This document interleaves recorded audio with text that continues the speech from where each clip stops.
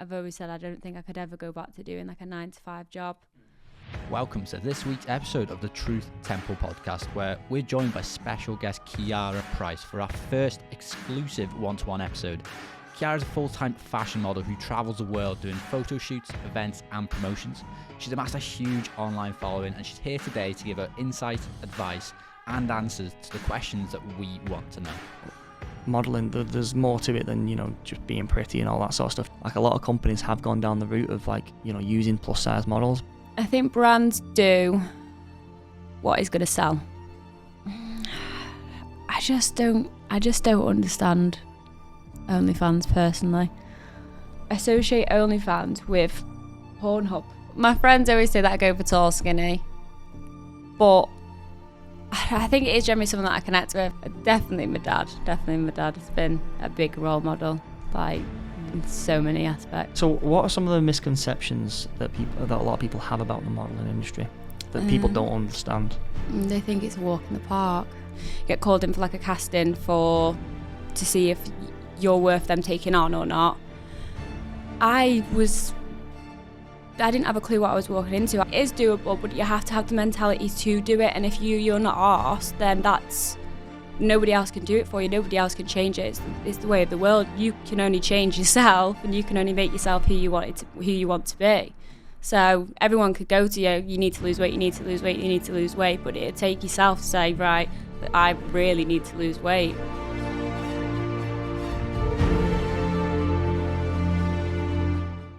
Okay, so welcome to the Truth Temple podcast. This is volume 9. We're joined by the lovely Kiara. So we're just going to get into a bit of an intro with Kiara. So can you give us a brief overview of your backstory? So where did you grow up, your family background and your upbringing? So Cheshire, born and bred. And I came from, I'd say, a working class family. My dad's done well for himself. My mum her family was always a wealthier family. Right, okay. So my dad's had to work his socks off to get us to where we kind of are. So I've grown up quite in a cushy lifestyle. Yeah. But he's always grilled into me that I need to work, and I've always had jobs I had a job with him when I was 10, I think, at the earliest age. What were you doing there? Window cleaning. Oh, decent. So what does your dad do, if you don't mind asking? So he runs power stations. Right. But he had a side job when I was younger, should I say, and I helped him with that. Oh, decent. Yeah. And then what did your mum do? Mum's had a very lovely lifestyle. Stay-at-home mum. No, she did work. And then she went and done like a beauty and nail course.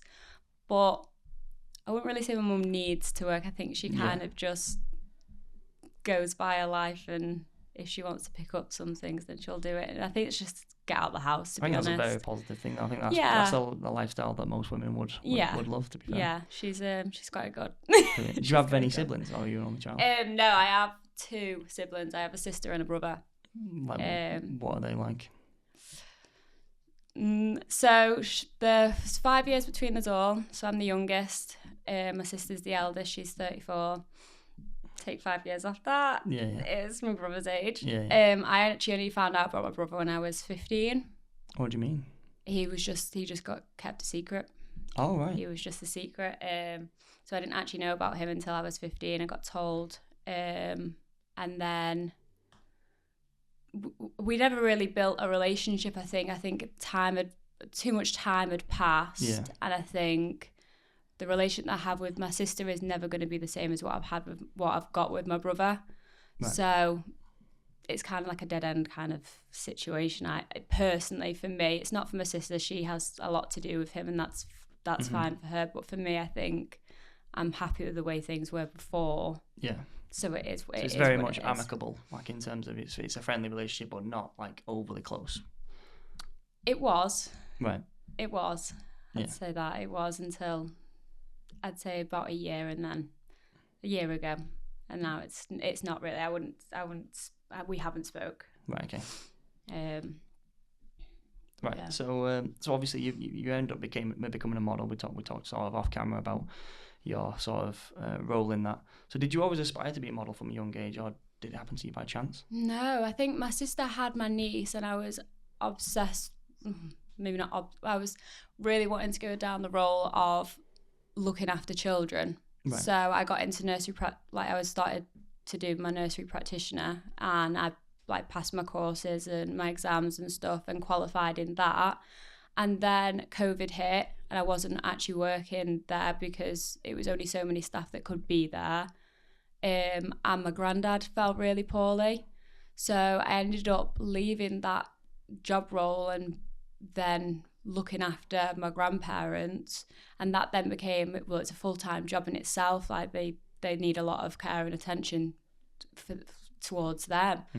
So I started with that, and then because I had free time and it was lockdown, not a lot of things were going on, I then started to grow my Instagram, and I really, really enjoyed doing it. And I was just didn't really know what I was doing. I kind of was just winging it and was just posting pictures and tagging places and tagging companies and stuff like that. And then I think it just took off. I think because not a lot of people were doing it then, except you well known.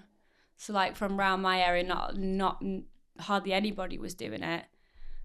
And then I kind of just, I don't know, I just must have gotten seen, and I then got a load of jobs in, and they were sending parcels out and I was promoting them just from home. And then that's when modelling then took off, and because I was having all of these collabs with these different brands, they obviously spotted me and was like, oh, well, you could then become a model. Yeah. So it was never ever in my head to become a model. I would think I've been in 3 modelling agencies since then. And I've loved it. I absolutely love modelling, and I would do it full time, but I just think that it's such a competitive job to do. There's so many beautiful people out there, and because now brands really want diversity thrown in, which is amazing, it then you then become more narrow to be selected, because there's so many different characters out there that they probably do want just to be that little bit more edgy and that little bit more quirky, rather than your specific model type. Was what it maybe was years ago. Do you think, because we were talking about this recently in terms of, obviously you have some models coming in who are plus size models, and then obviously you talked about the diversity thing, and it's a big thing at the minute of people are getting preferential treatment in terms of when they're getting taken into these roles, and sometimes it's not necessarily down to them being the most capable or the most qualified for that job. Do you think that is definitely prevalent in modelling, where people get jobs based on things such as ethnicity, or even something as simple as body weight or shape or size? I think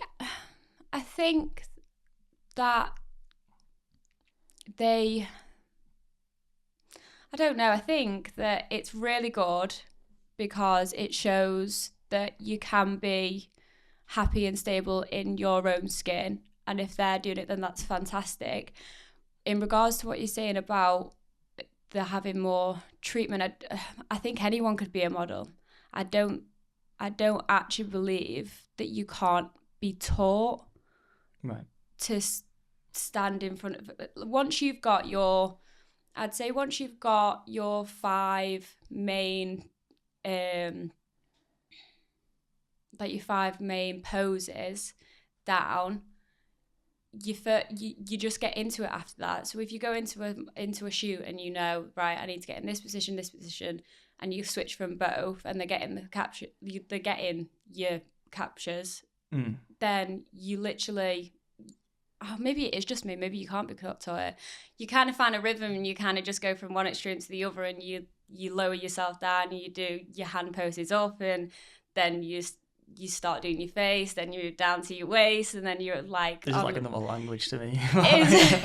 Maybe it is just me. Maybe it is because I've done it for a while now. But I got taught it. That's what I'm trying to say. I didn't have a clue when I first went into my first modelling agency for I don't know, you get called in, I don't even know, it's got a casting, you get called in for like a casting to see if you're worth them taking on or not. I didn't have a clue what I was walking into. I thought it was going to be a one-on-one. I didn't think it was going to be a room full of other people. I didn't know you had to have a catwalk in there. I didn't know you had to speak and stand up in front of everyone. I was blindsided to everything. I came in the wrong clothes as well. I think I came in, you might wear like tight-fitted jeans, basically show off your figure. And I did show off my figure. I wore a white, like, thin dress, like white, like, small dress. But everybody else was in the jeans, a crop top, like a black jeans, white crop top. As if you didn't get the memo, sort of. No, I didn't get the memo at all, but I wasn't told, and I think that they just thought because maybe, I don't know what they thought. I think maybe they had in their mind, well, she's worked with all these brands, it's all over her Instagram, surely that she's done this before, and this isn't the first time that I've been asked. But I never got asked that, so I kind of walked in not knowing. And don't get me wrong, like, went through it all okay. However, if it was somebody else that maybe didn't have as much confidence, they might have just been like, wow, this is too much for me, I can't do this, and shut themselves down, and that would have been the end of the road altogether. So I think it is about your personality and confidence. Confidence is the main one for modelling. Yeah, I think it's hard for you to say, because obviously you're in the career, and from a person on the outside looking in, when I don't know the ins and outs like you do, but I do know that, modelling, there's more to it than, just being pretty and all that sort of stuff. You have to maintain a lifestyle, you have to maintain your beauty, you have to, enhance yourself, and then also stay mentally sharp as well, in terms of, like, I assume that it's intensive hours, and you're here, there and everywhere, travel, all that sort of stuff. So I would argue that, like...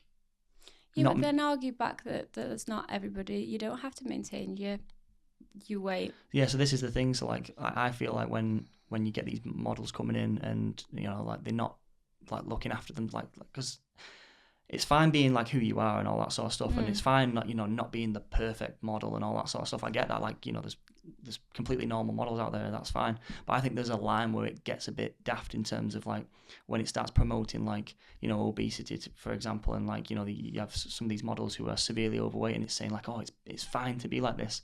And I just think, like, don't get me wrong, it's fine to be an average person, that's absolutely fine, but then there is that line where it's sort of promoting, like, on almost a falsehood, and you're taking away from, I think when they're models who work hard. Yeah, I think that when they promote it, it's an unhealthy lifestyle. Exactly, yeah. Then, yeah, I wouldn't say that I'd agree to that. I'd say that it's that's another hard one as well. One of my friends recently, she's had a child, and she went into the doctor. Is this a model? No, but she went into the doctors, and they did a BMI test. Yeah, a BMI test, and she was just while she was pregnant, and they said that she was overweight. Right. I taking into account that she's pregnant, but because she's so small and she is, she's massive bust and what have you, you wouldn't look at her and say, I wouldn't look at her and say, you're overweight, like you're at a point of unhealthy lifestyle choice. I don't think she is at all. So if she went into becoming a model, and she's completely different to my figure, like curvy, completely different, I think, promote that all you want, because that is a lovely figure that you've got. Go for it. That's you. That's who you are. And other people might aim to be like that. People that are obese might want to say, do you know what? I want to come down and be that weight, or even a bit bigger. And that might be a target to them. But I think to have a model that is obese, and to say that is okay to be like that when there is so many health risks around it, I think that is wrong. I mean, I've got obesity in my family, and it's life threatening. It's not. Yeah, of course. It's not something to. I understand that you've got to a certain point, and it's hard to come down from. But it is about lifestyle changes. Yeah. It is about, but it's doable as well. Yeah, and it is doable, but you have to have the mentality to do it. And if you're not arsed, then that's nobody else can do it for you. Nobody else can change it. It's the way of the world. You can only change yourself, and you can only make yourself who you want to be. So everyone could go to you. You need to lose weight. You need to lose weight. You need to lose weight. But it'd take yourself to say, right, I really need to lose weight. Yeah. I think you've summarised it really well. Like I said, you have people who could go into modelling and be normal, and that's not a problem for me. But it's like the extremes of like I said, when you're promoting something that will cause you issues in the future. So for example, if you are severely overweight and everyone's around you saying, "Oh yeah, like you're fine being an overweight model," it's just relaying a false narrative onto the population of like, oh well, I can be like this and it's completely fine. I'm not going to have any sort of consequences, like you said, the massive health risks. I mean, like the leading cause of death in the UK is what's called like heart problems, and that stems from obesity, diabetes, all these things. But then I'd also go on the other end of the scale and say that we shouldn't be promoting like, you know, things like anorexia, like, you know, these models like who are going too far the other way in terms of like if they're anorexic and stuff like that. I wouldn't be like saying like, oh yeah, let like people should be like this as well. You know, I think everyone knows what a healthy person looks like. Like it's hard, like it's not very hard to define, is it? You know, you know if someone's overweight or not. You were talking about BMI before, because I'm a sports scientist, so I know BMI is a bullshit in terms of if it's just a general, you know, taking your height, taking your weight, and you know having a look at that algorithm that they have, like rugby players turn out obese, and you know people like that. So. It's very dependable. Like everyone can sort of pass the eyeball test of just like, you know, everyone knows if you're healthy or not, and you in yourself know that as well. Like a lot of the time, people know within themselves, you know, am I in a good spot here? You know, am I getting out of breath walking on the stairs? You know, am I massively limited by my shape and size and whatnot? What have you got here, Reece? Yeah, I got the example. I don't know if you've seen this at all, but this was Angelina Duplessis, I believe it is. And she was on Good Morning Britain, and her entire stance on it is different to your guys in the sense of she wants to model, even though she's in an unhealthy weight, to promote that anyone of any body shape can be a model, and it's irrelevant of what body type you are, whether you're slim, skinny, or anything. And the argument that Piers was making is exactly what you guys said. So what you're doing at the moment then is you're promoting an unhealthy weight, and that's what he believed is wrong. But do we agree in that sense of to be that weight and try and promote it is wrong coherently, and we shouldn't have models who are in her size, for example, extremely unhealthy? Or is it a case of, yeah, they should be accepted in the modelling sort of industry?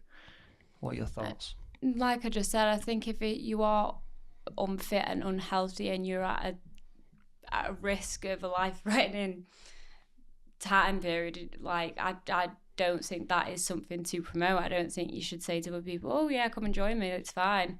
I think it should be more her modelling and promoting ways in changing her lifestyle a little bit, like in tiny little places. Oh, I'm gonna do this exercise. I'm not gonna jump in my car and say I'm actually gonna walk to this place. I don't know.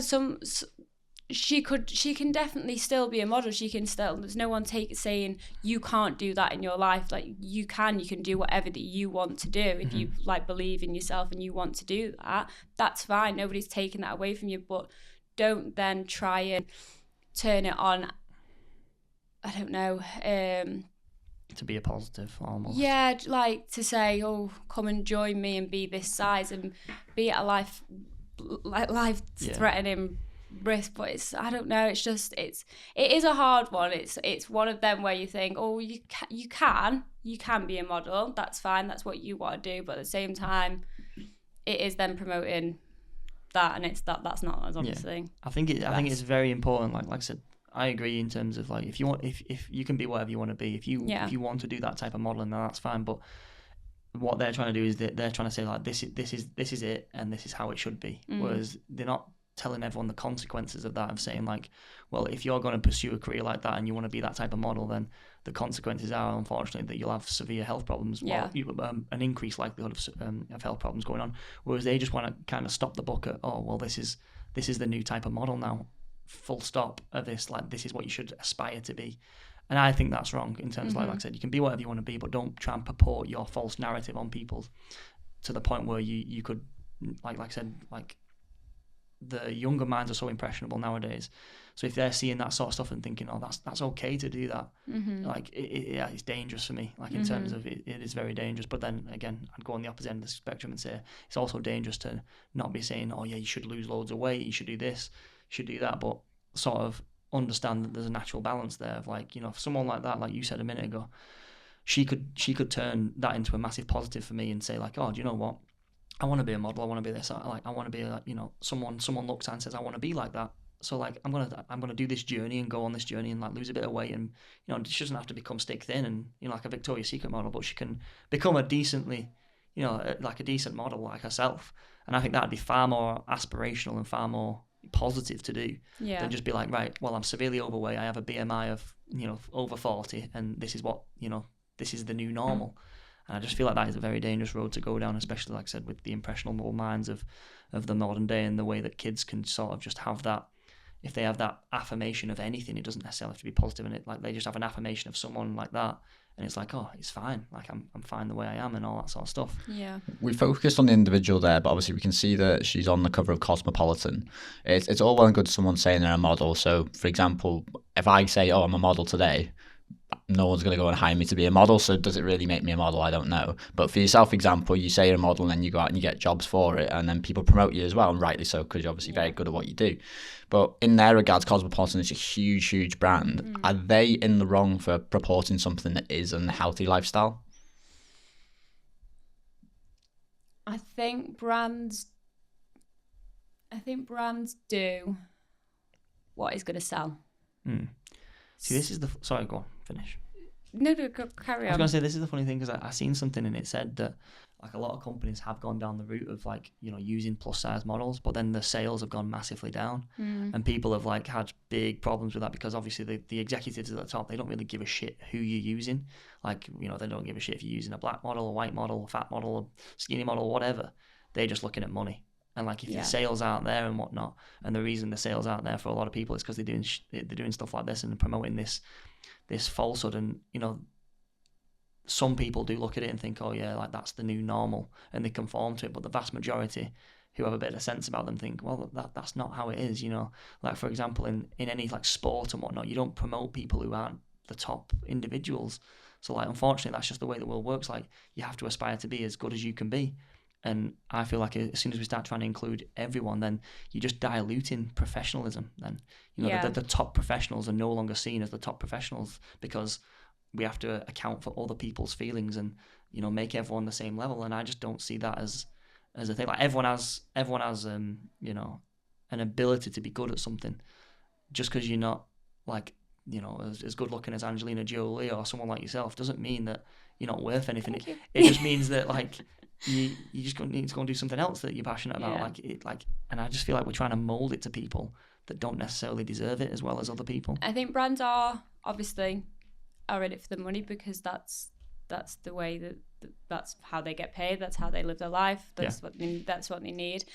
And I think in some sense, having plus, like I've been on online shops, and they've got your average model, I think it's normally a size 6, between a 6 and 8 that they normally are that's are on there. That's quite small, isn't it? Yeah. And then they'll have maybe your 12s to 14s, and then some of them have the plus ones then as well.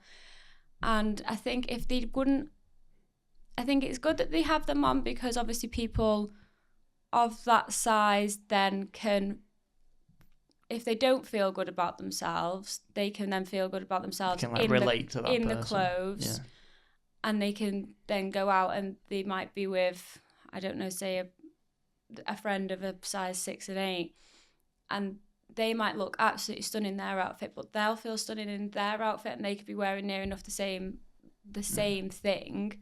However, if they didn't actually promote that on the website, you'd get a decrease in obesity because they then think, oh, I haven't got anything to wear, I don't feel comfortable in my skin, I need to actually make a change in life.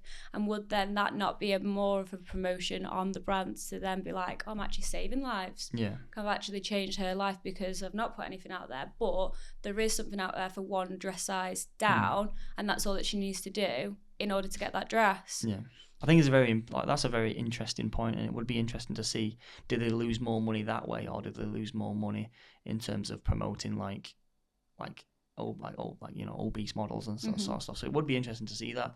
Like I said, I think having, I'm not as sharp on you as in terms of the female sizes, but I don't think they should have just on websites just the 6 to 8 sizes. I do think they should cater for other people. Oh no, they do. But that's what I'm saying. But then there is a line where I feel like they should try and not over cater for, they're trying to move it, like not necessarily the majority, but it's more and more, isn't it? Like more and more cater to the obese, more and more. And I feel like the more you cater to that sort of frame, then the more you'll always have a need for it. Like in terms of like, if you always like just say that it's okay. Like obesity rates have been increasing. Like I said, I did a sports science degree, so I'm very aware of like how obesity is increasing over time. And I'm not necessarily saying it's down to the modelling industry. That's like that's the least of the issues, to be honest.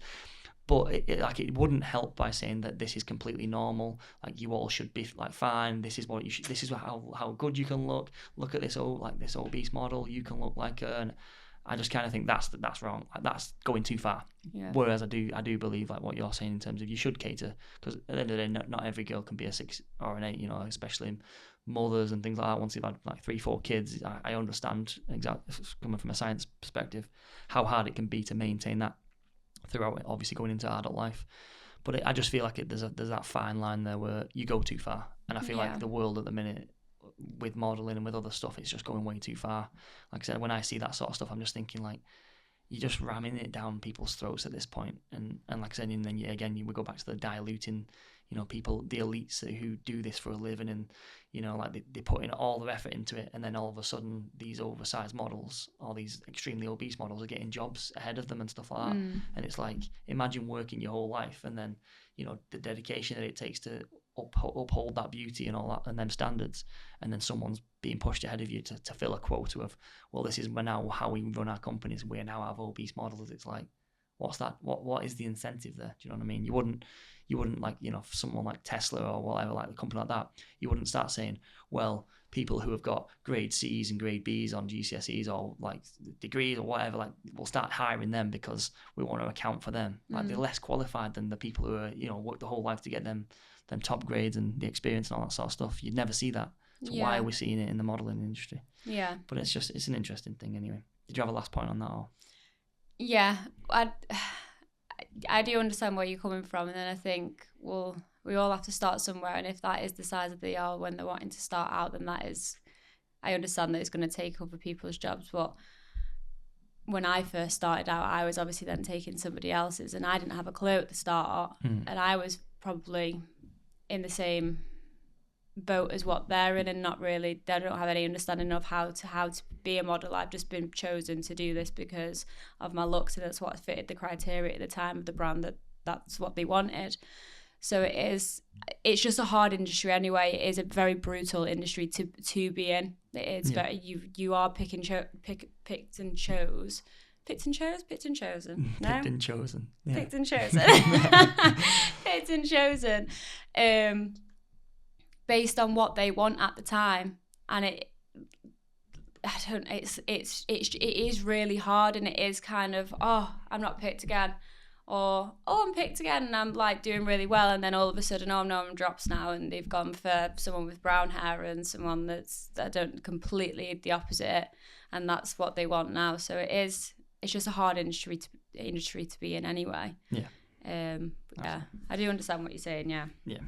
So obviously you're saying about the challenges there. What have been some significant challenges you faced in the modelling industry, and how did you overcome those challenges? I think it is that. I think it is, you really do have to have confidence in being a model. It's not even have confidence on set and doing the photo shoots themselves and going and meeting the clients and having how many hours you're there for. It's not anything to do with that. It's more I think it's more of not being chosen. You're like, oh, well, I've been chosen to become a model by all these agencies, but I'm actually not getting chosen. My work schedule actually isn't that busy this week or this month.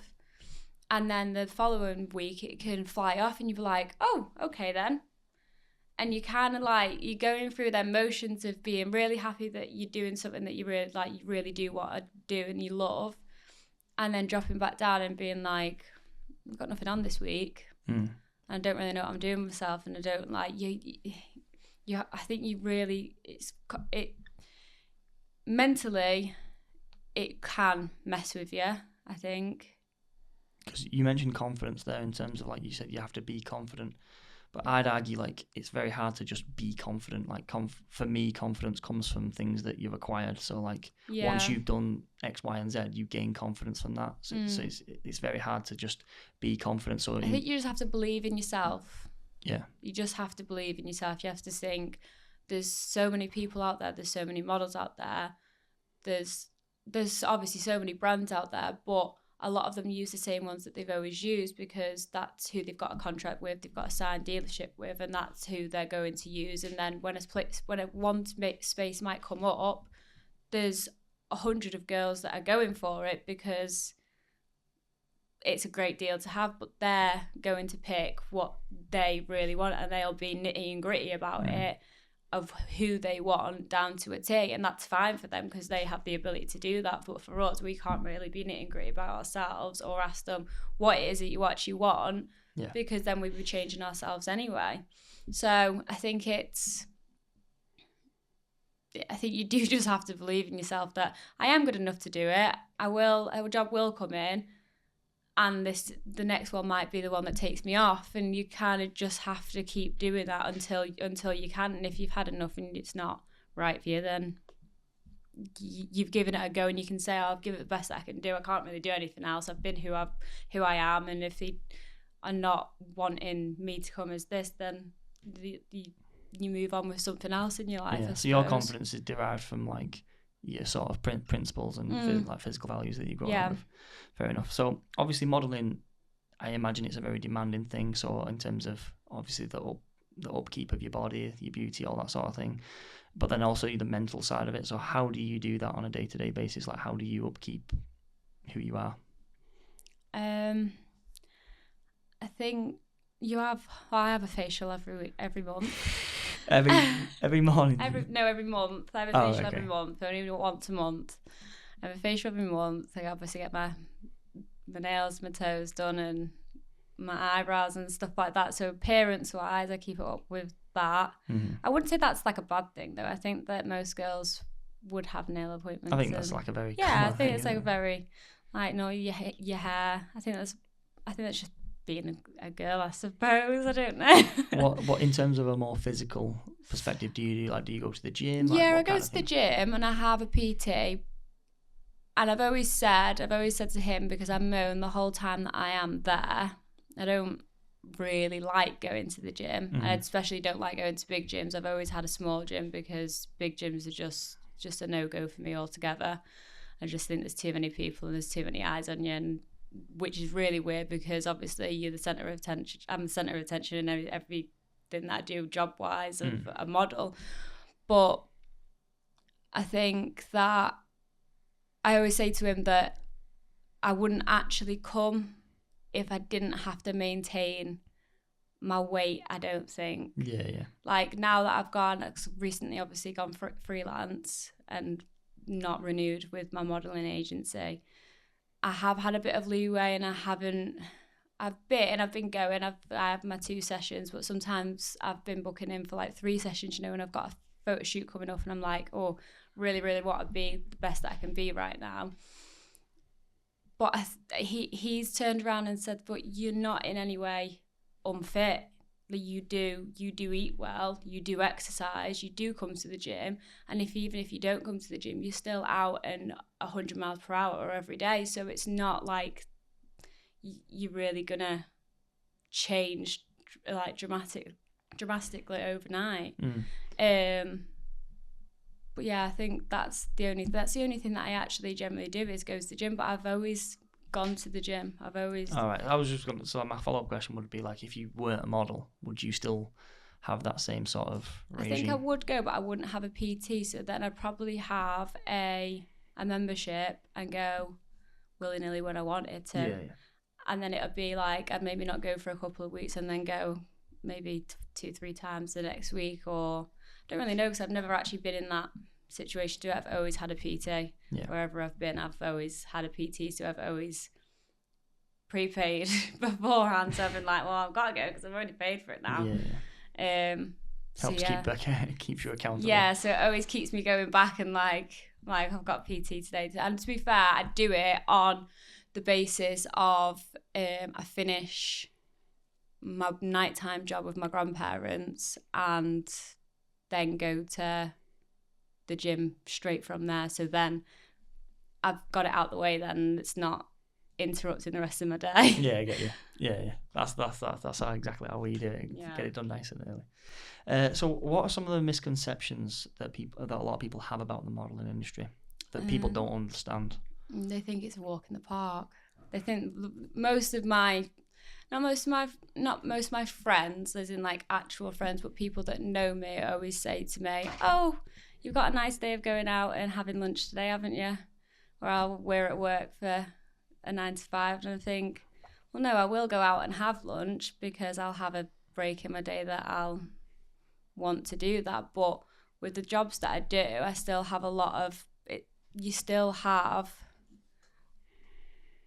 a lot of background noise. You have to get it all done in order to then have that break. Mm-hmm. And they just think, oh, and you just turn up to a shoot, get your photos done and then go, and that's the rest of your day done, and you don't have anything else to worry about or anything else to do with your life. So you kind of just, you can go home and sit down and chill for a bit, and it's never the case. I never get to just sit down and chill. I'm always here, there and everywhere and doing things that I need to do, or having, now with freelancing, having the admin work and getting back to clients to then get more work and just back into with that. Would you say it's more like intensive in short bursts, or like you just said then, is it like continuous but just not very intensive? I think some weeks can be very, it depends. Do you know what? I think some weeks can be more intense than the others, but I think that becomes, that revolves around your own lifestyle as well. So like if you're having problems with family, or say my grandparents, if I'm having a really bad week with them and I've had no sleep from Monday to Wednesday because I've worked nights and then got up, left there, gone to the gym, gone home, showered and cracked down with the admin work, and then maybe gone off and done some work for someone, or gone and got some content shoots or what have you. It's very ongoing, and then you get like, you're drained, but you have to keep going. There's nowhere you can just say, I need a second, because then nothing's going to come in. So you kind of you're kind of having to put yourself, burning the candle at both ends. That's what everybody always says. They always say to me, you burn the candle at both ends and there's going to be nothing left of you eventually. And I'm like, I'm not. I do that when I'm really, really busy and I really need to get a load done, because if I don't do it, then I'll be overwhelmed like next day or whenever I come to pick it up, because then there'll be double the amount of stuff that I need to do. So I think you just have to, some days you have really busy days, other days you don't, and it is what it is. So obviously being 24, you're decently experienced at this point. So what do you think are some things that a lot of young girls are doing incorrect in terms of in the modern day?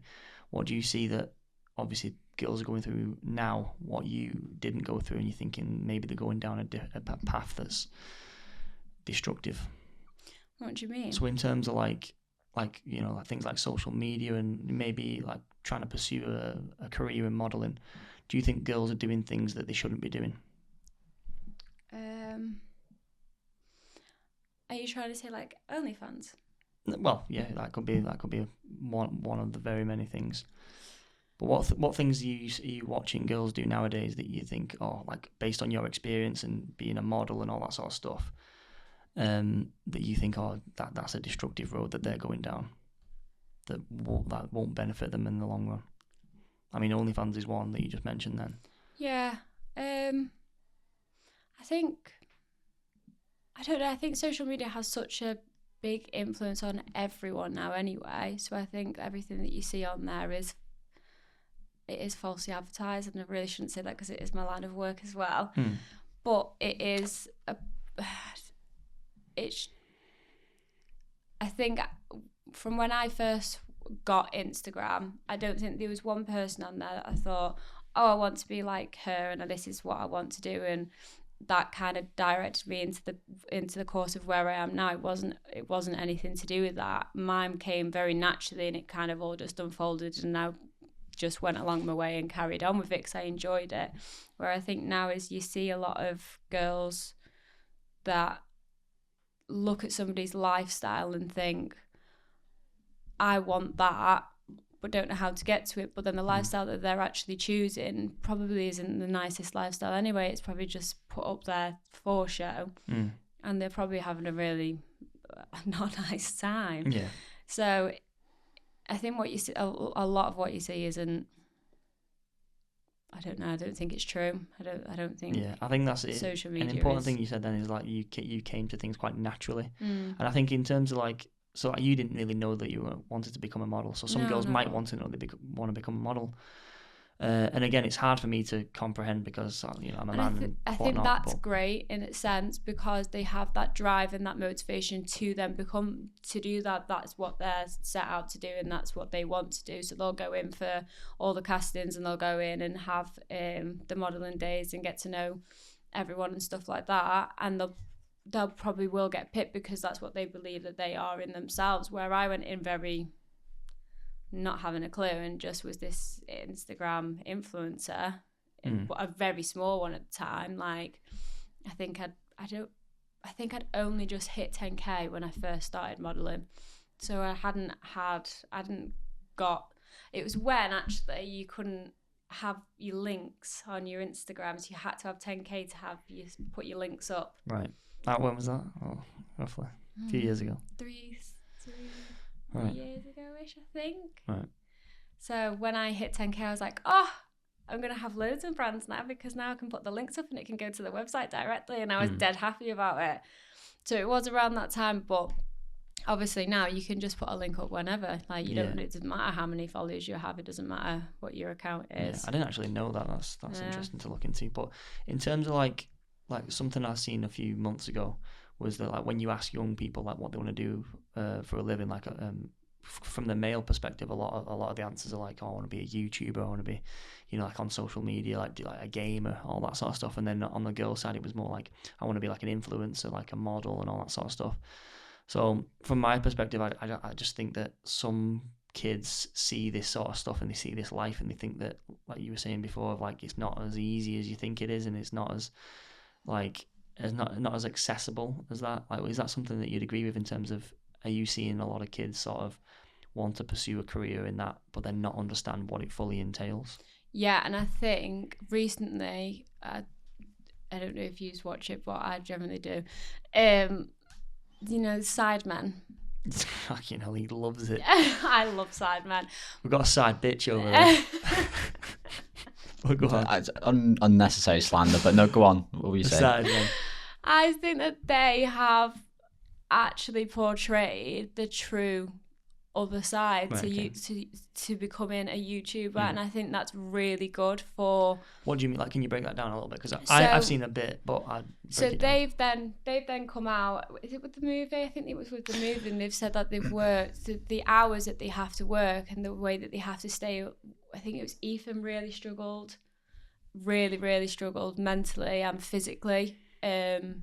From when he first started out to now, and like at the start it was physical and he was overweight and he had a lot of slander coming at him and trolls and negativity along his weight, and that then obviously affected him mentally. And then on top of that, he was working stupid amount of time to obviously do the videos itself. Well, think about what the video was going to be, what it entailed, get everything together, do the video, then edit the video, because at the start they didn't really have the big team that they have now. Yeah. So they were doing it themselves. Yeah, so I think, because when I first started watching it, I was like, oh, I'd love to do YouTube, I'd love to do this, like that'd be amazing. And don't get me wrong, I still would, but I don't think that personally I would be able along with everything else, to maintain that by myself, it would need to be a team around me that was going to support me and back me. Otherwise, you're burning the candle at both ends, and you really are. Like it took them. Yeah, it took them. Yeah, so he was in quite bad shape, and I think that the Netflix documentary that you're referring to, it highlighted the work that they put in, and it isn't as easy what they said. And you could take, for example, Vic is one of them, and he does a lot, doesn't he? He at one point he went, I think it was about 4.5 years, where he posted a video onto his YouTube every single day. Now, bearing in mind at that time he was creator, editor, producer, a lot. He had to create videos, edit them, post them, and he did it consistently 365 days a year for 4.5 years. And then people look at it and go, oh, it's an easy lifestyle, but then that kind of, like you said, shine a light on the fact that they had to put a lot of work. It was a very real documentary where they showed both sides. Yeah, see, that's it. I think something like that is very positive in terms of, obviously it might not be positive in terms of that sort of stuff, but at least it's the truth and it's like real, and it gets people to understand. It's not just a case of, oh, the Sidemen have got, I don't know, X amount of subscribers on YouTube. Like, anyone can do this, like, which anyone can do it, but they need to understand the process, and it's not just a case of, oh, you want to be a YouTuber, like that's fine, sort of thing. I think that their movie was it a movie you're saying, or it was like a documentary? It was like a documentary on Netflix. It was on Netflix. Right. And it went through each of them and what they've all been through, and like the mental health that they've all had from doing it, and the way that their lives changed, and obviously for the better in some senses, and maybe parts of it was for the worse because they had to go through so much in order to get where they are now. The sacrifices and things they had to make.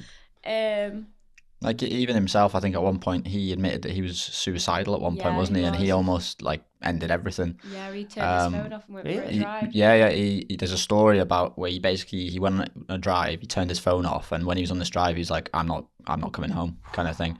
And then I think he ended up breaking down, pulling up on the side of the road, turned his phone on, and then it was Toby. I think he phoned Toby.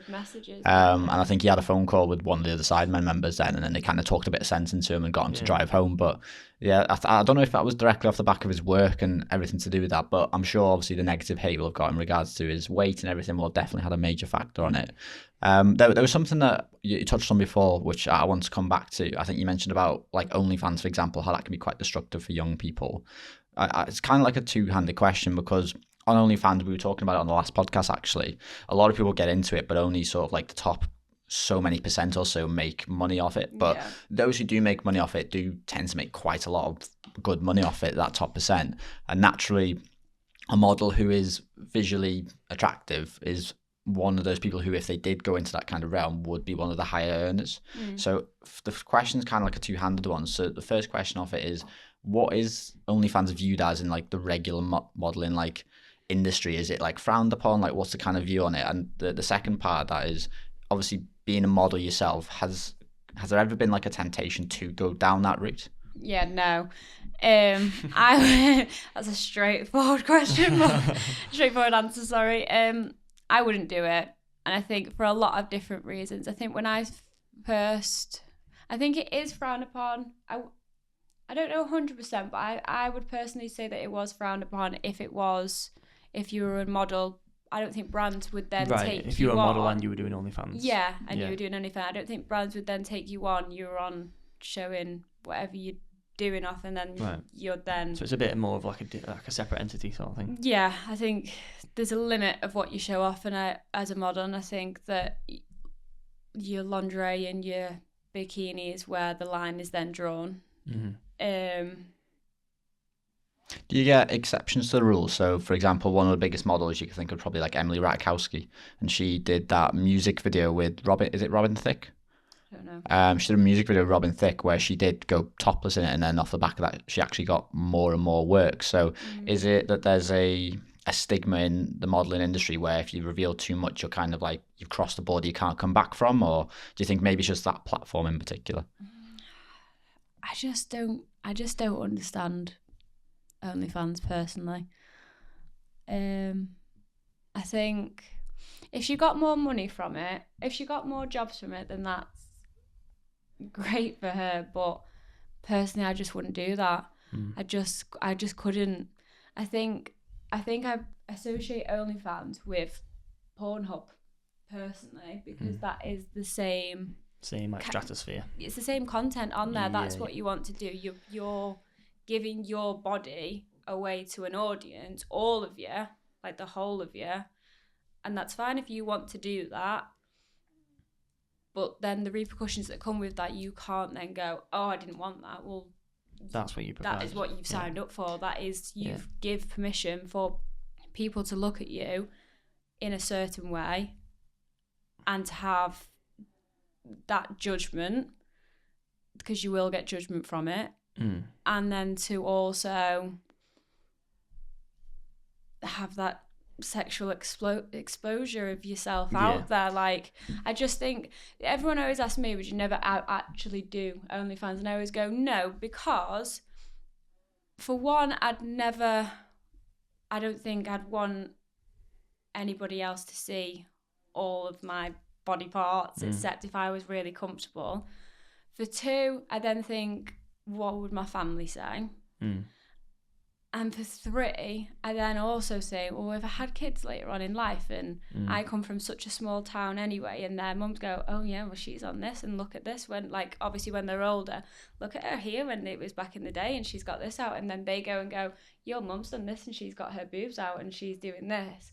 I just think that's embarrassing. I think it's embarrassing for the child. Yeah, you might have made it really well, and you might have given them a lovely lifestyle and made all of this money. But at what cost? Yeah, but yeah. And it's like, I think there's other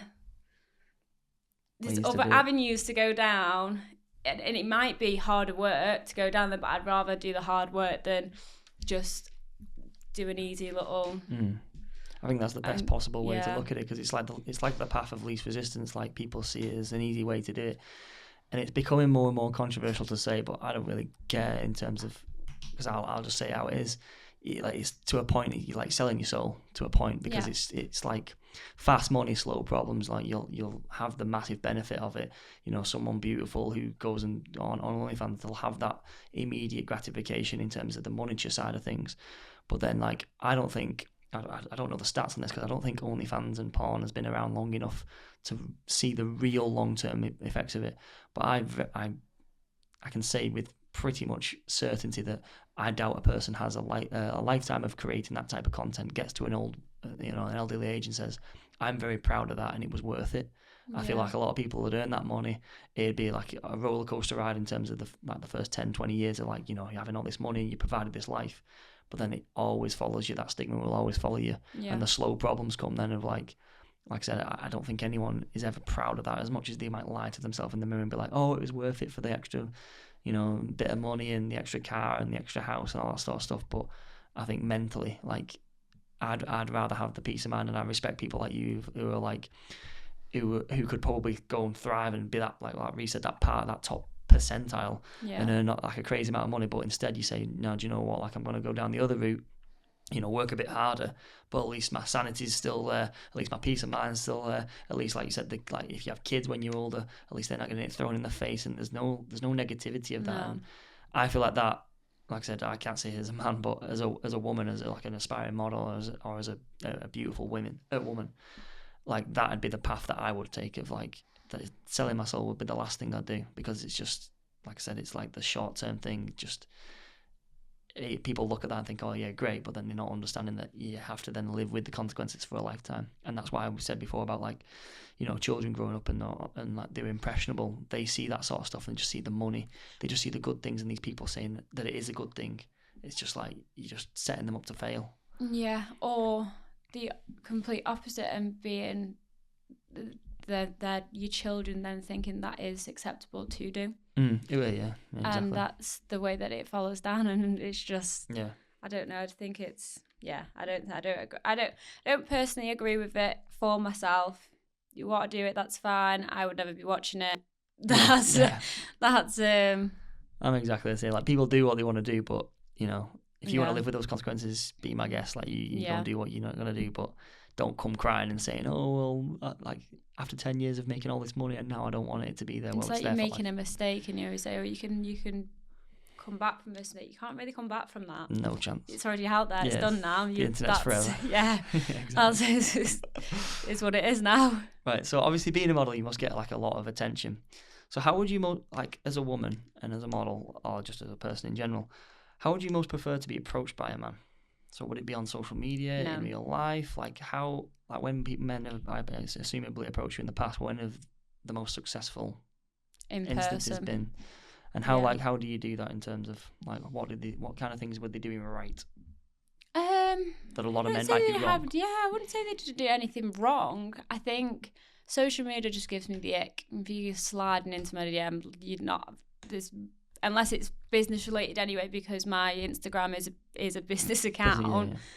I'm not really going to get back to you. Like I'm not. You're going to be sat there, and it's really nice that you've messaged me and said, I don't know, a nice little comment, but I don't know. It's one of them. You have a conversation online, and you can never really grasp who the actual person is, and they could be as funny as ever on text, and you meet them and they're dry as hell. There's no similarity there whatsoever, and you're like, how can someone change that much? Like, it's not normal. Whereas if you're meeting someone in person and they're like direct with you and they come over and they're like, hiya, you all right? Like, and try and get to know you, and it's very natural and flows. I much prefer that because I can get within 5 minutes. I know if I'm enjoying the chat, or if it's been an all right chat, but I'm actually not interested. I'm going to move on. I'm going to go somewhere else. Yeah. So I'd say in person. So so people who have like messaged you have never had any sort of success with that? They have, and don't get me wrong, they have. That's not me saying no, not all. They haven't had any success. But if I was to be honest and say, would I prefer to be approached in person? It would be approached in person, because I think it takes a lot longer for me to open up over a DM and actually want to meet the person than it would be if I just met them there and then. I'd then be okay to be like, oh, well, actually, I've got to know you here. I can see you again sooner, rather than try and work you out a bit more over text. Yeah. Okay. So. Have you ever had the extremes in terms of like, obviously, like, have you seen Baby Reindeer, for example? Yeah. So obviously, like that show's about really stalks. Made me cry. Yeah, like we've had a few conversations about it. I personally couldn't watch the whole thing because it was just a bit messed up. I had to keep walking in and out. Like, I was in floods tears. I was like, this is not good. Yeah, it was ruthless. Yeah, I completely agree. But have you ever had an instance in where people have been overly like pursuing you, like, you know, like people where they've been overly attached, or, you know, stalkerish vibes? Have you ever had any attention like that? I've had people in DMs that have said, like, I do know where you live, and they wouldn't be from anywhere that I'd be around, and that's why, like, I always say I'm Cheshire based, and nowhere on my grid is located where I actually am. Well, unless it's like a restaurant or something, I'll be like, oh, I'm there because anyone can travel anywhere they want to go to. And I was a bit like, oh, don't like that. And they were saying little things, but I think they were just getting it off. Oh, she's tagged Cheshire and she's been at this place today, and trying to take it from that. And obviously it had like backlog maybe of where I'd been, and I'd not noticed that I'd been pointing up on my story. Right, okay. And they've just been, you've been this place last week and you've been here. And I'm like, how did they know that I've been there? And then like because you've in the past, and I've done that, and I'm like, oh, okay. And then I wasn't freaked out then, and I was like, right, block, goodbye. So this is an interesting thing, because like Andrew Tate talks about this in terms of, he says when he's taken girls out in the past, sometimes they'll post like, you know, like say if they go to a restaurant, they'll post like an Instagram thing up of the restaurant, and then next minute people will flood in because obviously they've seen, oh, well, Andrew Tate's missus is here, so he's there, and they'll go and get him. Like, has that ever happened to you in terms of like, or like in terms of when you post and stuff? Do you never have that in the back of your mind of like, you know, if I post here, then like people might, you know? Maybe it is in the back of my mind, but I've only just realised that now. But I don't actually post until I've been there. Yeah. So you've been there for a few hours and then you post it. Yeah, I take like what I put on, and I'll take pictures and stuff like that. But I think that's also because I use my camera rather than rather than using my on the app. Yeah, Right. Okay. using the app, and then I'll do all the posts later and tag places. What was the switch that made you start doing that in terms of like you said, in terms of like posting it after? Was there a point where you were posting it at that exact time stamp, or have you always posted it like after? I don't know when I started doing it. That's what really just made me think. Then I actually don't know when I started doing it. Because it's something I've always like obviously like I'm not a well-known person, but I never liked it really. Like if I've had like previous girlfriends, and I've even told like my sisters things like this as well, like just don't post like where you are, because like you just not like right then, like I said, it's not too bad if you post a thing up and I was here yesterday, or I was here like a few hours ago. Yeah, I don't really know when I started doing that. I don't know if I've always done it, or I'm not sure. I actually don't know, but I just know that I take it and then I'll get on. I think it's more that I'm enjoying my time wherever I am. Yeah. So I'm not really thinking about that there and then, unless I'm promoting, like I've been Marbella last week, and I went over there to promote, and I have been doing for the past 2-3 years. I've been asked to go over and promote clubs and restaurants and pool clubs and stuff like that. So unless they've asked me to post as soon as I get in there, then I won't. But I think that's. But I'm away on holiday though. It's not like somebody's going to get a flight over and come and try and get in. in terms of dating, like what are some of the things that you look for in a potential partner? Like what are some of the things you look for? I'd say looks wise or like personality. Just everything, like everything. I always go for tall, skinny. Tall, skinny. Yeah, I always go for tall, skinny. I don't think I mean to neither. Oh, actually, no, I don't. I'm lying. I'd say no.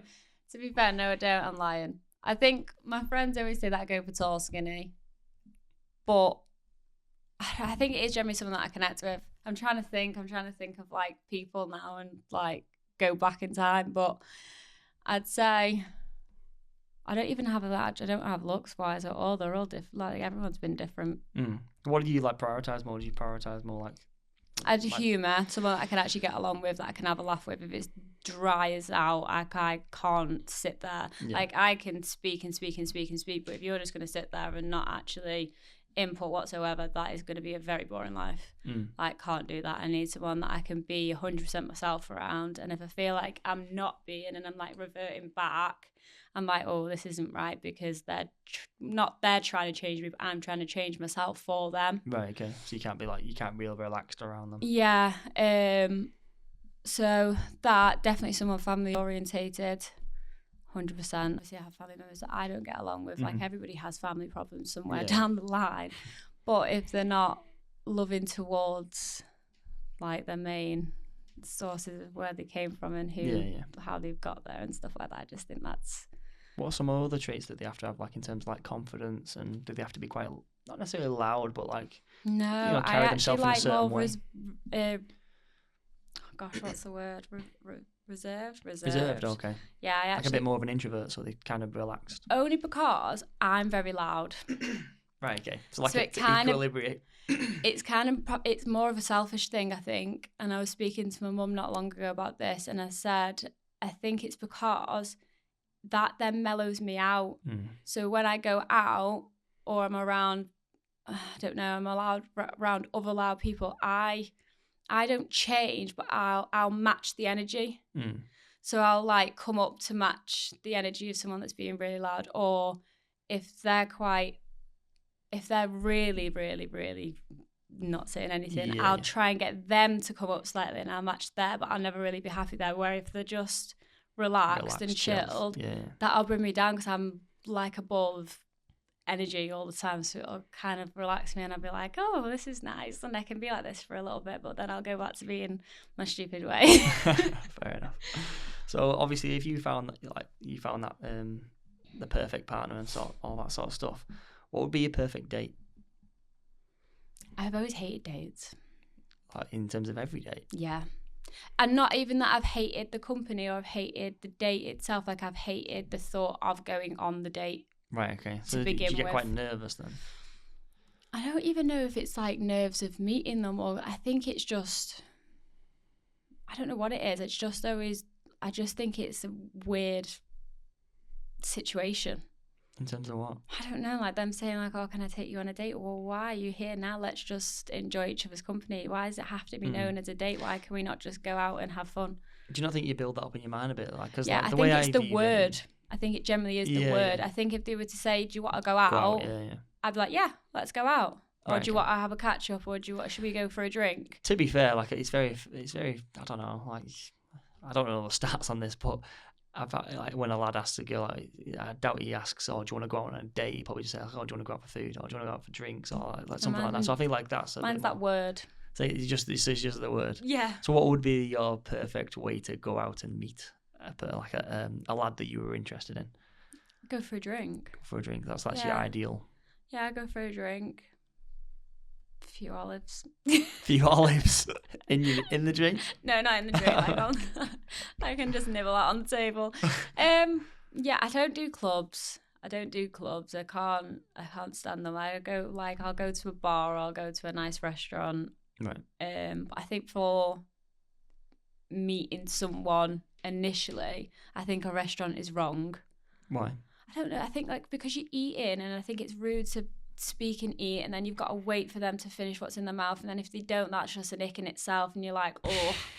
So I think just going for a drink or doing something that you're gonna have, or even like when they say, do you want to go to the cinema? Why? Yeah, Why you're do not I gonna want to go speak, to the yeah. cinema with you? I love the cinema. I'll go to the cinema by myself because that's my own time with no phone. I can sit and have. Do you do that? Yeah, Yeah. I love it. It's my favorite place, the cinema. Oh, is it? Yeah, for myself, I'll go and I'll be concentrated on the film because it'll be a new film as well. My phone will be off and I'll just have my own time to myself, and it's great. And then I have my own time driving there, my own time driving home with music. I like that. Yeah, but what was I saying? Food. Yeah, in terms of like you said, the perfect date was like to go out for a drink, something like a bit more relaxed sort of thing. Something to actually have a general conversation with somebody, like not an atmosphere that's dead loud and I can barely hear you, because that's just not gonna be ideal in itself anyway. Or if someone said they want to go out and get absolutely levered, well, it's not really the best avenue to go down when I'm first meeting you, because I just think that's wrong in itself. But to go for a few drinks, have a good conversation, and then to come away and think, oh, I actually really got on with him, or it was a nice time, I don't think I want to know anything more. You can kind of grasp that from just having a casual drink. Don't even have to be an alcoholic drink. You could go for a coffee. Yeah. I think that's a good idea. Like I heard a guy a long time ago when I was first looking at dating and stuff. I remember like searching and thinking like, you know, what some of the things, and like a lot of people were saying like, oh, go for food and this and that, and that never resonated with me. Whereas guys like, just go for a coffee and like go for like a little drink. Like it doesn't, and then like I said, then you know like very quickly within 5-10 minutes, or like whether you're excited about like, you know, go seeing this person again. Whereas if you go out for food, you have to book a place and you're there for like an hour, 2 hours minimum, and all that sort of stuff. So it can be quite like time exhaustive. So obviously in terms of you've got your career and all this sort of stuff. So where does making a family fall on your priority list?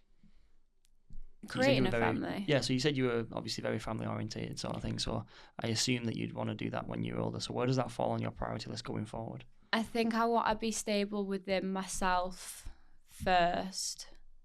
Like, obviously, if it was to come about, it all depends. If it was to come about early, then I wouldn't disregard it straight away. Like it'd be like a talked about situation. Mm-hmm. But I definitely want a family, and I want my own little happy place and not. Yeah. But I don't think I'm in any rush. And I've like all my friends have got kids. They've all got kids. They've all got the house. They've all got the partners. Like they're happily settled, and I'm like so happy for them. And I'm around the kids and I'm around the partners, and like it's a nice environment to be around. And like some points I do come away and think, oh, I'd quite like that, but at the same time, I always think I'm 24. I have so much more that I can do for myself, and to be really selfish than get pregnant now and then kind of have to like put all my energy into that child, which is fine. Obviously you do that, but I think for me now, I kind of am just in a phase where I want to be selfish and want to just have my own time and figure out what I'm actually going to do. Yeah. I think you do you're still figuring out for years anyway. I don't think you ever really are settled. Know You always exactly want when. yeah, Yeah. and you always want more as well. So it is whenever the time, like they always say, well, when is the time right? I'm like, oh, well, I don't know, because and then they'll go, oh, but you'll want more when you hit this point, and it is the case. But I think I'll get to a certain stage and be like, I do want more, but it can wait for a second whilst I carry on with this now. Yeah. So I think cause one thing that's definitely growing is like people are saying like prioritize careers and all that sort of stuff, and I think it's a balance again in terms of like it's got like especially women in the modern day, they almost have to prioritize a career more because that's just the way the world is now. Like you're not as reliant on men anymore. You know. Oh, I am. Well, yeah, of course. Like to a degree, everyone is. Every woman, wants to be reliant on a man to a degree, but in terms of there's a massive agenda being pushed at the minute where it's like, oh well, women can be completely individual, and it's almost like they're going too far with it and saying like, oh, they should prioritize the career, like constantly, and then like people are getting to like 30, 35, and then it's like, oh well, now I want a family, and then like they're struggling to do that. Yeah. Is that something that you think like? So I guess my question is, do you think that narrative of saying to women that, oh, like you can be fulfilled in life from a career and from living your life alone, contrary to saying like, oh, you should try and prioritize building a family and whatnot, do you think that it's perfectly reasonable that most women or a lot of women can have that life without family and without that sort of thing and then be happy? Yeah, I generally do, because that's entirely up to them. If they're happy, people can be workaholics, people can be, and it's not a bad thing at all, can be so selfish because they want to do what is best for them and they want to get to a really high level, and it might take multiple years to do that, and then they reach that and they want to do something else, and they think, and time might run out for them, which is sad if they did want a family, because they should have then prioritised a little bit around that. But there's always avenues to go, there's always avenues to go down, even if you get to an age where you've hit your target and you're of a certain age where maybe you're finding it hard to conceive. There is other avenues to obviously then go down, and even if it's not creating your own biologically, you can still have a family. You can still there's so many children out there that you can adopt or foster, or that need someone there to love them. So I wouldn't say you can never have a family, or even if they don't want it at all. That's entirely up to them. Everyone's different. Yeah, like I can agree to a certain degree, but I think that like there's a bit of a crisis in terms of, I think women are prioritizing the career that much that we're having this growing population of women that are becoming massively unhappy in later life because they realize once it got past that point. Now you are saying like you are right in terms of about what's called like adopting a child or having these IVF treatments and all that sort of stuff, but that is quite a small minority of women that when they realise, oh, I can't have children anymore, that go down that avenue of like, adoption and whatnot. Like the amount of kids that need adopting that just don't, because there's not enough. Yeah.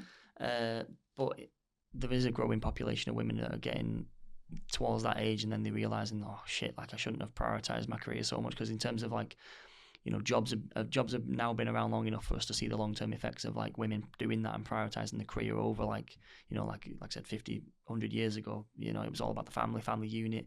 Women were very heavily reliant on men, and I don't think that's necessarily how it should be now in terms of like women should just be a house mom. But almost like we're now seeing it go towards the other extreme of like there's a growing number of women now that are childless and will be childless, and when we're looking at stats and whatnot, I've said this a few times on different podcasts, but it crossed the threshold the other day, about 6-7 months ago, that over 50% of women over the age of 30 are either childless right now and or will not have a child growing up, and of that population, 80%, like regret it. 10% can't. 10%. I don't think 30's old though. I don't want children until I'm over 30. And I know Do you think that it'd be quite hard? Like, would it not be very hard to have children over 30? I don't. Because it obviously, depends like, your eggs on decrease your massively. Yeah, once you get over and 30. it does depend. And also, I think if there's obviously you can freeze your eggs. Mm-hmm. Like it might just be the case of you might not, even if you would have tried when you were younger, you might not have got caught pregnant then. It might be fertility wise anyway. It might not just be because you're over 30 now and that's it. Your body's gonna be fucked. I think it's one of them where I don't know. My mum had me when she was 32. Yeah, like I'm not saying it's impossible. Right, that's just the stats, and like obviously once you get past 30, I think it's up to about 80% or 70-80% of a decrease in capability to. Yeah, and then by 35 it's like 95 to the point where almost all you've got like 5% of your eggs left. Yeah.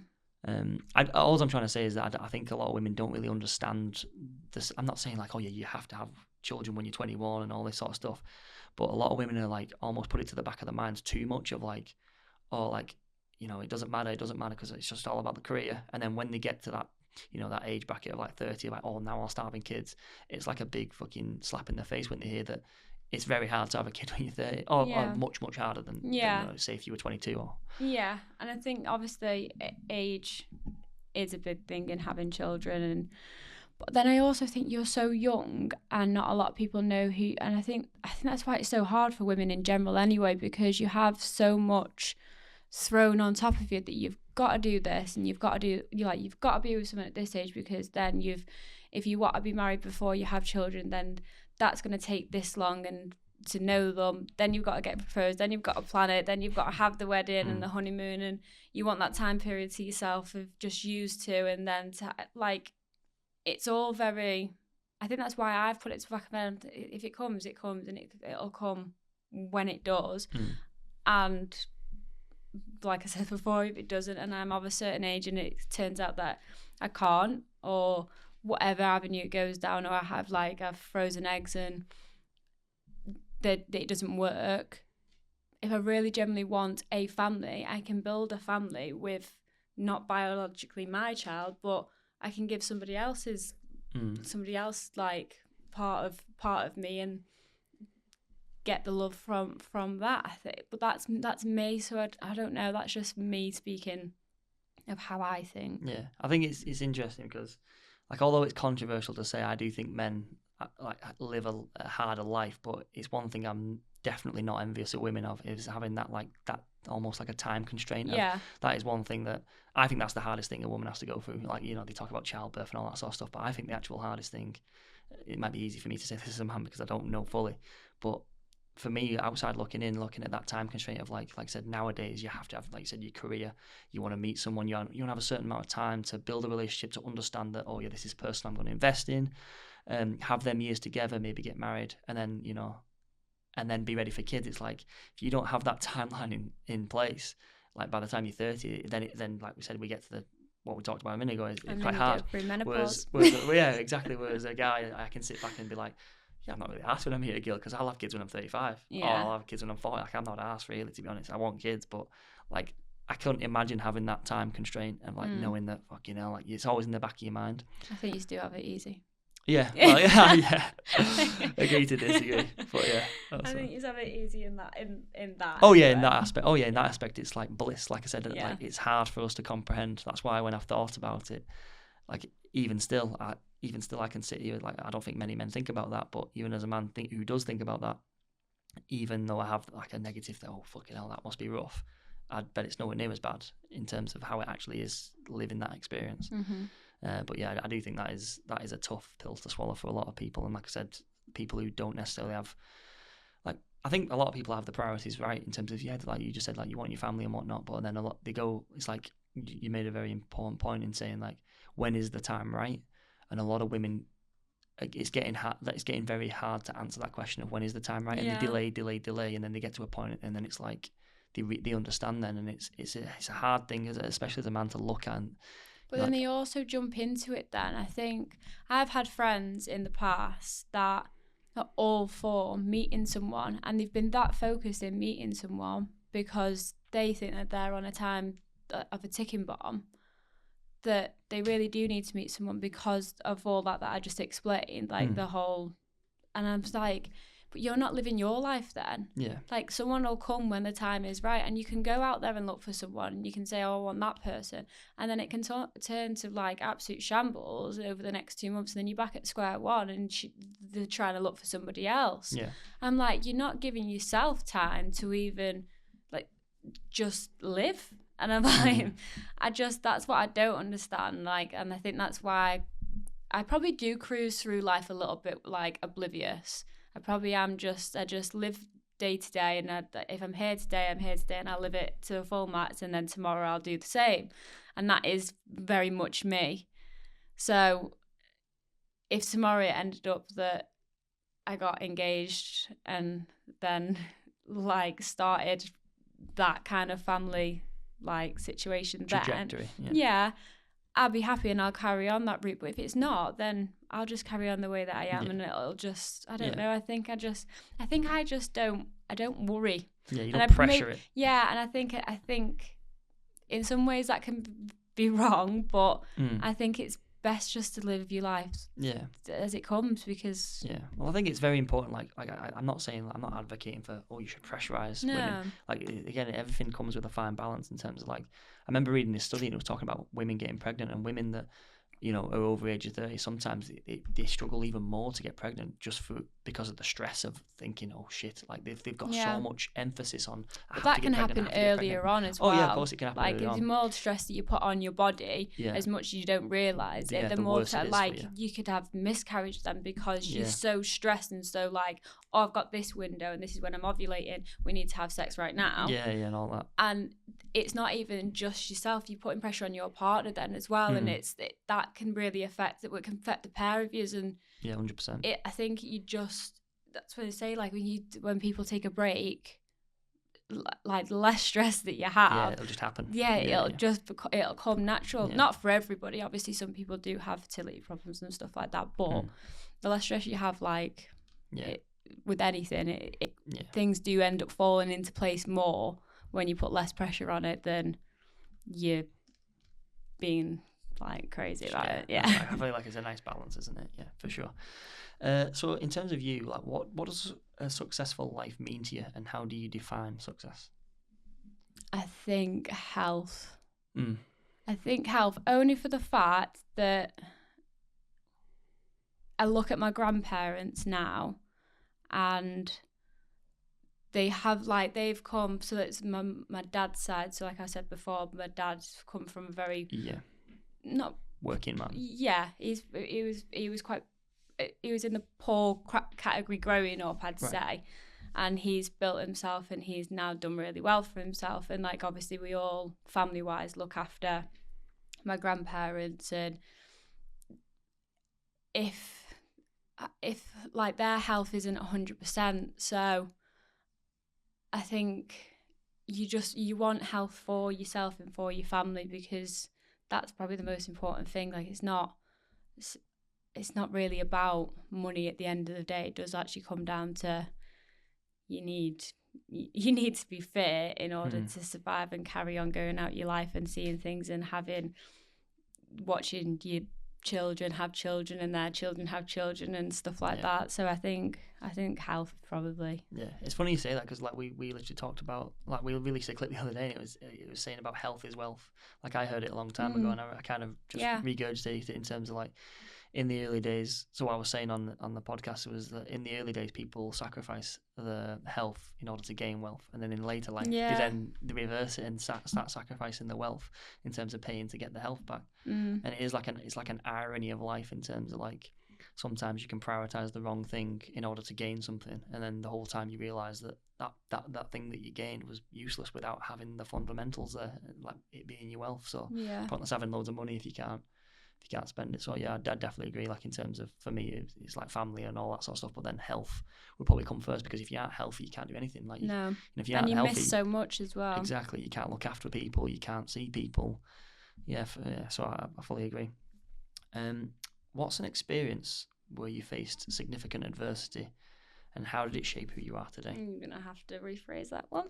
So, what's an experience where you face a significant barrier or a significant event that had an effect on you, and how did that shape who you are today? So, something that you perhaps went through that probably steered you in a direction that made you the person you are today. I don't know. What have I been through that steered me as the person that I am today? Mm-hmm. I don't know, loads of different things. I'd say, well, I obviously wouldn't. I don't know how to answer that.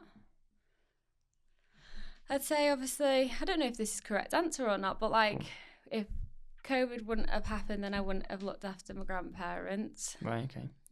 Because I think that just put me just stemmed me into there. And then. And what did you learn from that? In terms of once that thing happened? They're really important, because I was really young then, and I probably didn't see them as much as I do now. Mm-hmm. So I probably thought, oh, these are not going to live forever, and I really need to actually love them as much as I can and hold on to them for as long as I can. So that's a good one, because like it gave you that perspective in life of like understanding what truly matters. I think I was young anyway, and when you're young, you just want to go out with your mates and that, don't you? And you don't really want to be at home with family, and you don't want to do anything with them. And I think that completely changed, but I think that's also age. Right. I think that also came from age wise. I don't really know. I actually don't. So like you're talking about your grandparents, so I assume this will probably roll into the question I'm about to ask. So who are some like significant role models that you have in your life that really my dad had a big effect on you? Yeah, my dad.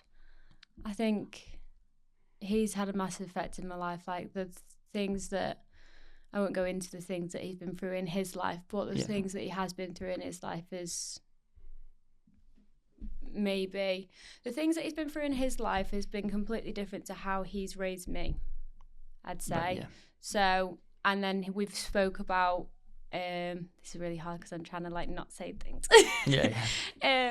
We've spoke about what he went through and that why he changed it for me, and him always making sure that I was focused and went to work and tried to like build and build myself. And he's probably the one that always had the confidence in me. So I've always had the confidence in myself, like being brought up. Like he's always said, oh, you can do it. All you need to do is just set your mind to it. You can do whatever you want to do. And that's always stuck with me. Whether you fail or not, that's entirely up to you. You'll fail, but you'll know that if you fail, you'll know that you've put all your effort into it and you couldn't do any more. So it's just not the right time, or it's just not the right thing for you to do. And that's kind of what I've always gone by. Yeah. So would it be fair to say that he gave you a very protective life in terms of he protected you, but then he also like sort of steered you in the direction of going and trying things and failing? And so he'd always... So not to be overprotective. Yeah, so it's quite funny because when I was little, he'd always say like, oh, if you don't try it, you won't know if you like it, or if you don't, blah blah. And he took us on a holiday and he took us to Orlando.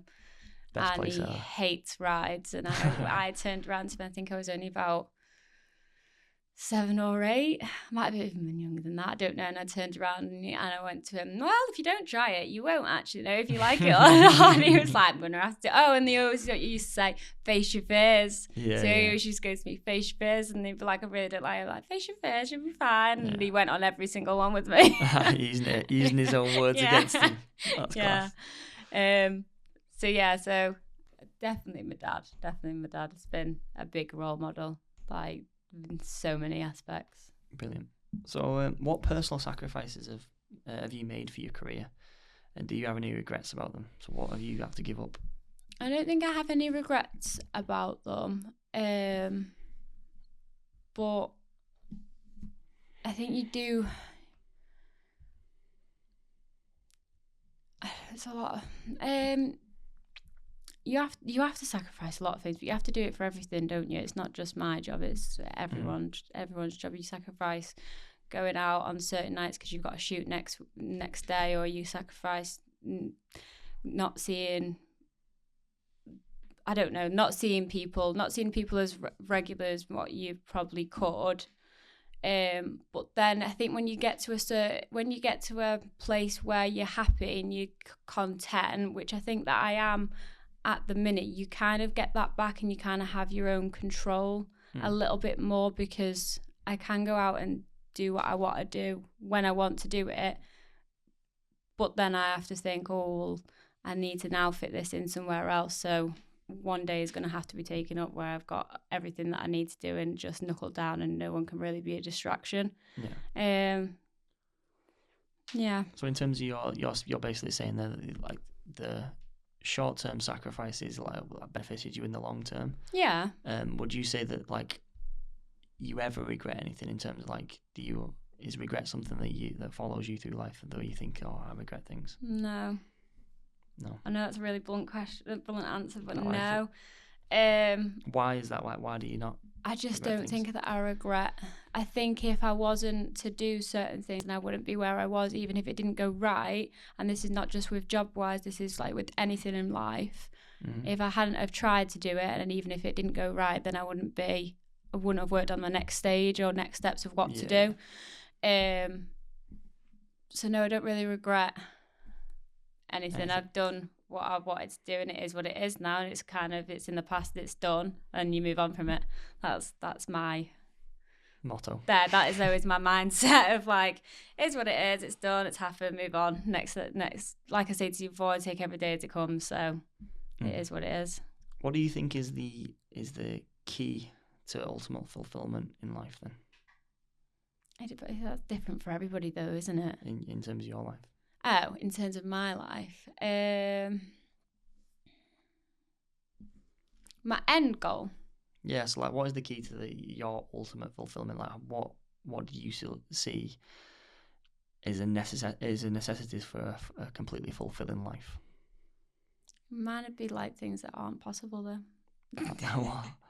Like having my grandparents and my mum and dad always there. Yeah. But like, let's say what is possible. I'd say being content. I'd say being content. I don't think that I need to have a load of money in the bank. I think I can get by with what I need to get by with. It's obviously nice when you have more money and you can do a bit more things and stuff like that. Having a job that I actually generally do like, and I'm not getting up every morning thinking, oh, I've got to go to work. Like I couldn't go back to doing. I've always said I don't think I could ever go back to doing like a 9-to-5 job. And I know that sounds a bit like stush and like, oh, can't do a 9-to-5 job, but it's and I know not everybody is in a place where they can just say, oh, I'm not going to do that anymore. Yeah. But for me, I think I just wasn't. I think it affects you mentally if you're not enjoying yourself.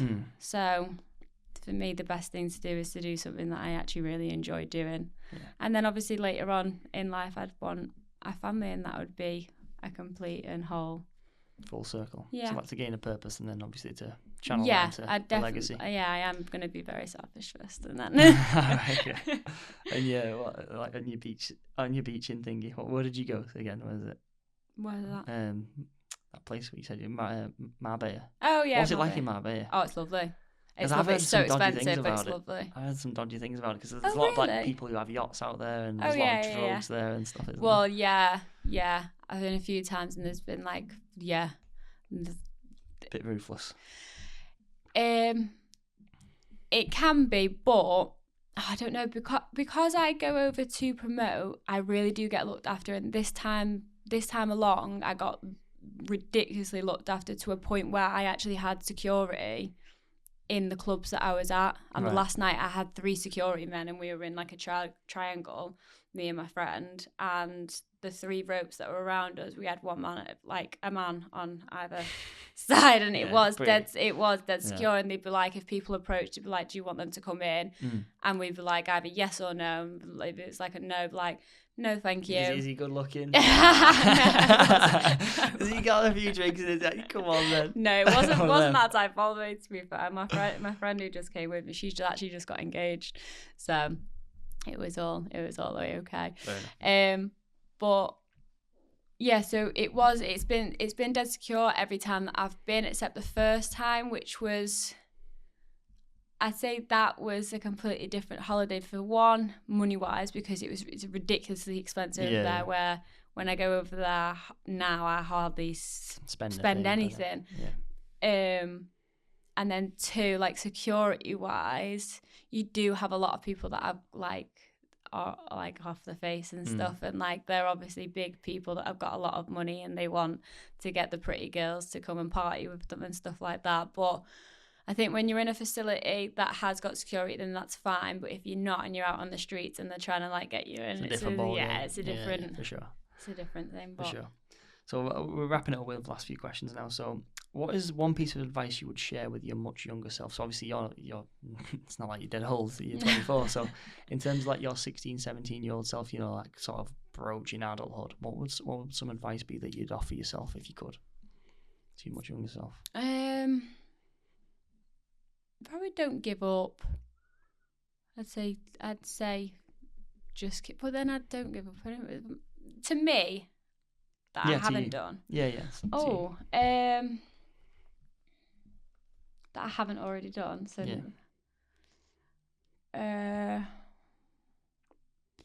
don't know, because I do believe in, I was going to say believe in yourself, but I do believe in myself, so I sound really big-headed, don't I? Don't give up, believe in yourself. Believe in yourself, don't regret.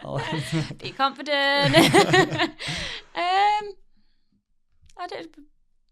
I could say something that I'd always say even now, just keep fighting, just keep trying, just do the best that you can do, and that's your limit. It's like you can do what you can do and you can push yourself, but you can only do so much, and that's up to you to figure out where that ends. It's interesting because I ask a lot of people that question and they always say like very overly prescriptive things like stay away from this, stay away from that, or like don't do this, don't do that. And I just kind of like when I think about, well, how would I answer that question, I kind of answer it kind of like you, just say like, well, I already do all these things anyway, and stuff that has got me to this point or would get me to a good point, like I need to go through anyway, so why would I try and steer myself away from that? Like, be like, oh, like, you know, you've had a few bad relationships, you've had bad experiences, whatever, and it'd be very strange for you to say like, oh, don't do this. I don't think relationships even come into, I don't think they could change who you are. I've definitely been in bad relationships where I have been mentally knocked down. But then would you not agree that then steers you in a positive direction? Yeah, but I think that really put me on the right tracks of not even getting me back to a good place on my own 2 feet. I think it steered me in the right tracks. So that is actually not who I want to be with, so stay really far away from that person as you possibly can. But I'm glad that I went through it, because now I know, and we'll move on from that and we'll take it for the next person that comes along. And I know you can't ever say, oh, well, you can't judge one person by the other, but you can see traits of things, can't you? So it's like things to stay away from, or things to. I don't think relationships would. I don't know. I don't think it would like change your direction of course. I think you'd just make that by yourself. And I think it's important just to go through it, and just that's just a part of life of like, you know, whether the relationship's successful or unsuccessful, it'll just steer you on to the next one, and that'll be more accustomed to what you probably the right destination, I guess.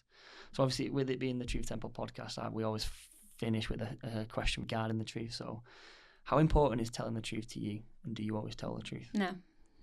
It's not important to you. No, it is important, but do I always tell the truth? Probably not, no. Why? Like, why do you I think that I have like white lies. I think it's to protect myself. Like, if I was to do something that I didn't, that sounds really bad, but it's not actually that bad, but if I wanted to go somewhere but I didn't want anybody to know that I was going to this place, I'd then say like, oh, well, like why didn't you answer your phone last night? Like, the girl's ringing me or whatever, and I'd be like, oh, well, I just was here, I was with my mum, spending time with my mum. I have like little white lies like that, but Do you think that sort of adds up and has a negative effect? Like, obviously, like, I don't know if you're religious or anything like that. Everybody doesn't need to know your whereabouts 24/7. Yeah. If they did, But then we'd all had cameras on our heads and be like live streaming the whole but time. like, to play devil's advocate, like in that situation, could you not have just said, well, I was just spending time like doing what I wanted to do. Like, you don't have to tell them what you were doing, where you were. But they'd go into it, wouldn't they? You'd be like, if we were having a conversation, you were like used to, and you were going, oh, maybe not. Maybe it's different for lads. I don't know. Well, different. Yeah. Maybe it's different for lads than what it is with girls. If the girls be like, well, what were you doing? What did you want to do? And I'd be like, I don't want to say what I wanted to do. I just wanted to go and do it. I know fully what you mean. Like I said, like I'm not sitting here like I tell the truth all the time. But no. it is I don't think anyone can say that they tell the truth all the time. Yeah. I think you somewhere along the line of your life you will lie. Oh, of course, yeah. But on a regular basis, I actually generally do tell the truth of like. When it's important. Yeah, when it I wouldn't lie and if it was the police. Yeah. I feel like I was here. Yeah, I think it's interesting because, like I said, like I was exactly the same as you in terms of when I was a bit younger, like 18. I'd always just tell constant like white lies, and it's something in society that's just so normal. Like everyone lies, and then as I've got older, I've kind of thought like, well, what would actually happen if like you just told the truth more? And like, don't get me wrong, I still occasionally like I'll say stuff, but then I'll catch myself as like it's like a habitual thing. But I've got more to a point now where I'll just say it how it is. Like if someone says, "Oh, do you want to come out here?" I'll just be like, "Nah, like I'm busy. Like I'm doing something I'd prefer to do or whatever." Yeah. And it's like that. Like even just doing that for the last year or two has been miles better for me in terms of like you don't realise how sometimes it adds up a little bit. Like when you're constantly lying, and then occasionally you'll get caught out as well. Like, "Oh, I thought you were doing that time." Yeah. And then another thing what people do is even when they catch you out, they'll almost like believe your bullshit just to try and save face of like, God, well, I don't know, especially if it's good, mate. They don't want to call you out for. So for example, if you said, "Oh, I was out with my mum and I lied about it," if they caught you out in that, they'd be like, "Oh," and they'd kind of just brush it under the rug. Yeah. And I don't know, it's just an interesting one over time. I think, I don't know, sometimes it builds up. But anyway, we're going to finish off there. Before we finish off, is there any questions that you have for us? Like anything that stuck out that you wanted to quash, or anything like that interested you? Well, everything interested me, but I don't think I have any questions on it. Brilliant. Okay, easy. I think I'm right, okay. We'll finish it there. Thank you very much, Kiara. Thanks for having me. Thank you.